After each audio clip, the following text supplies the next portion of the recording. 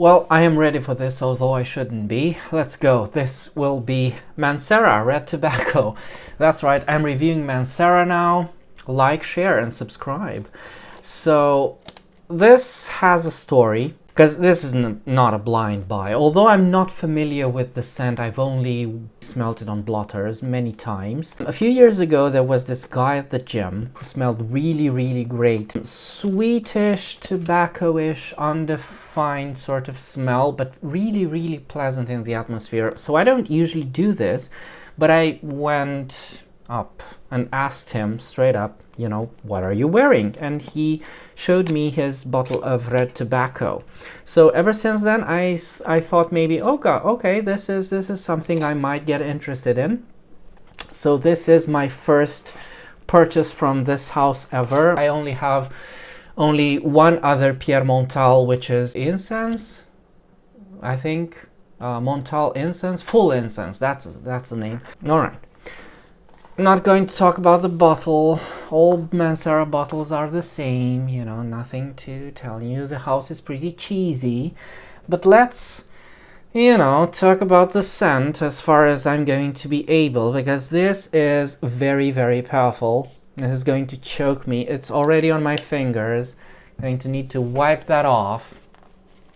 It's got that cherry opening, which is so similar to, you know, there's the pre-2020 scents, 2020 scents, Bulgari Man in Black, Guerlain, L'Omidal, so many. I've spoken about them while reviewing Écran de Fumée, which is sort of in that same ballpark. It's that synthetic cherry in the opening, which is not, you know, I said I hated that, and I still kind of hate it, but I'm getting more and more into it, you know, my thoughts on the matter, my tastes are evolving. It's a good sort of thing to smell, as opposed to what's going on today with the amber woods, which are very, very annoying. I used to think this synthetic cherry was annoying, but it's actually not. It's quite pleasant when compared to the things they're peddling now. This is a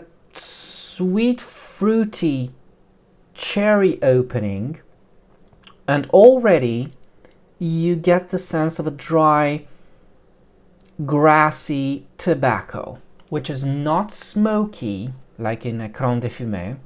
I don't know if Écran de Fumée even has tobacco, I'm not sure. But this is darkish. It goes into the realm of the same vanilla that you might find in Dior Intense, which is quite interesting because, to my nose, this shares quite a few similarities to Dior Intense, minus that iris, which is, if you ask me, not that present in Dior Intense in the first place. We're going to talk about Dior and Dior Intense and Dior Parfum and everything that's happening, because I've smelled the new Dior Parfum and it's, oh god, but not now. So I suppose the main player in this is going to be that tobacco, and just like in Écran de Fumée, vanilla, which is very interesting. And just like it's the same type of thing going on in Dior Intense, the vanilla is much more present than the fragrance would like you to know it is. And also it's got that sort of, because that cherry note, now that's gone. It's just something very, very quick in the beginning, in the opening, and now it's going more into that baked apple territory that's also present in Dior Intense. It's not underrated. The only people who underrate red tobacco are people like myself. It is a good scent, I decided, and it's something, you know, apart from it being very loud.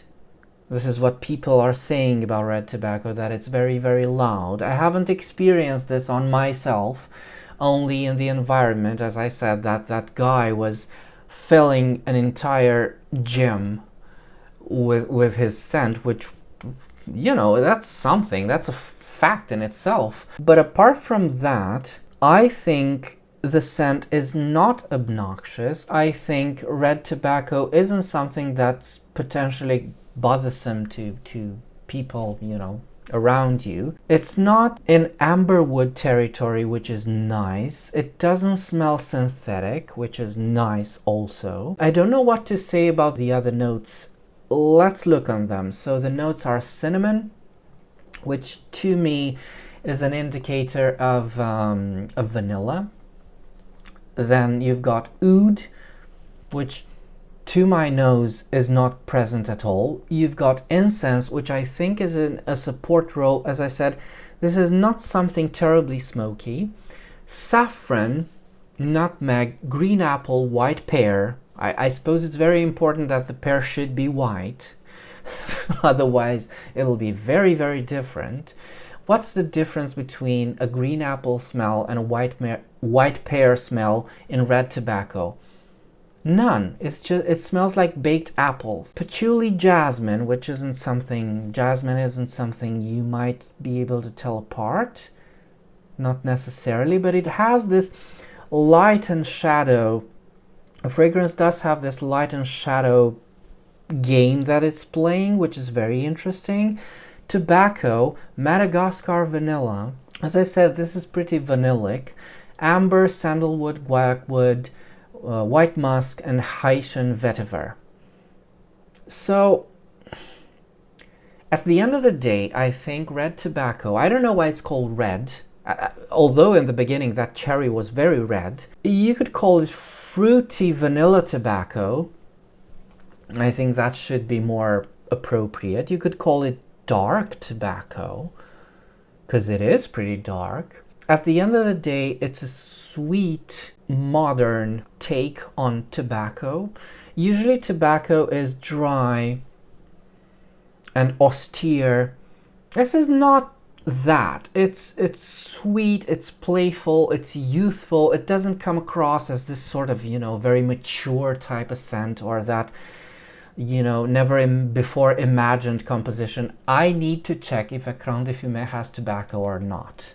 I'm sorry, this is on my mind. It does. So, just to be sure, but because Écran de Fumée is a lot smokier than it is dry and tobacco. It is dry, but than it is tobacco influenced. Don't know if that makes sense, because whenever you see tobacco in a scent, or whenever I see tobacco listed as a note, I immediately go to, okay, this is going to dry the composition. This is going to make it a bit acidic, a bit of a bite to it. Dry and spicy rather than smoky. You know, because tobacco isn't a smoky note as far as I'm concerned. I don't get smoke in this. There is that incense though that might make it just a tad, you know, fuming, but nothing, you know, out of the ordinary. Now, Écran de Fumée is a lot, you know, it's just smoke after smoke. It's so beautiful. It's a dark, smoky vanilla, Écran de Fumée.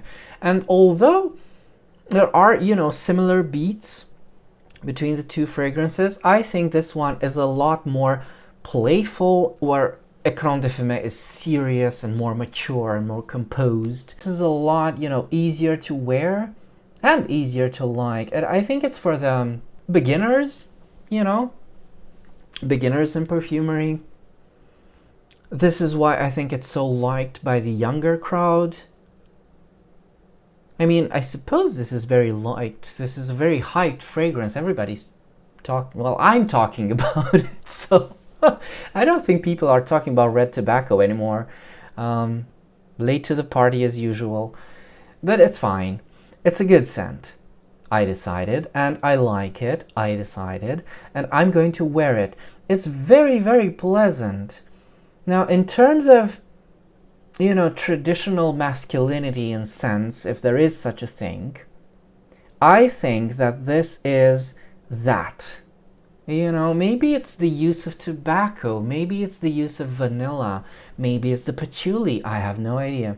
But it does give off this rather, well, I suppose the context is important, and I suppose who's wearing it is even more important than this, because this is genderless. But to me, because I associate it primarily with that dude who's been wearing it, you know, I think it's masculine.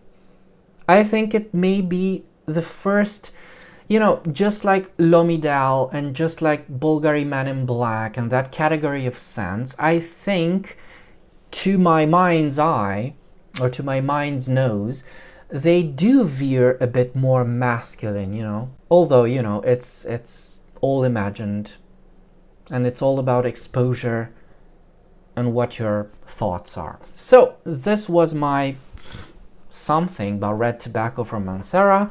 I hope you've enjoyed it. If you have any other questions, do let me know in the comments. And until next time, remember, fragrance creates memories, and may yours be happy.